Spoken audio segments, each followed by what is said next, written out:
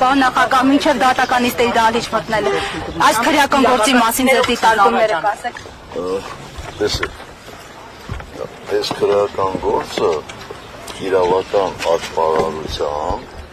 և մարդկային ողբերգության հերթական դրսևորում է։ Սկզբի համար սա։ Ես չեմ ուզում ուշանալ դատականիստից, խնդրում եմ համբերությամբ լցվեք, սպասեք, դուրս կգամ, բայց խնդրում եմ շատ կարճ իրար հետ համաձայնացրեք ինչ հարցեր, որովհետև մեկ այլ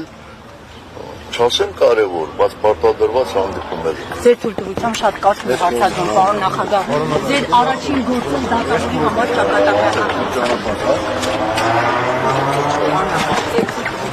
առաջին դատավորի համար ճակատագրական դարձավ, երկինքը համակարգի թերացում։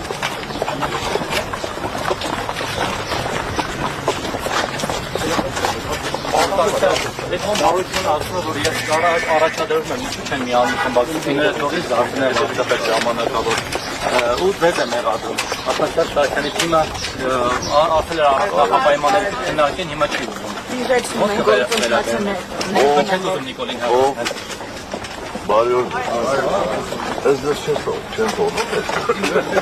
Բայց Սարգսյան, դուք տեխնազում եք նախընտրելի, եթե էշման մարուկները հասկանեցին, չէ՞։ Դուք հնարավորություն ունենալու եք։ Այն արդեն հասկանում, որ ով այսպես ամուսնացնում, ուղղակի խորհուրդ տվեք, թող գնան խմբակցության հայտարարությունը ուշադիր կարդան։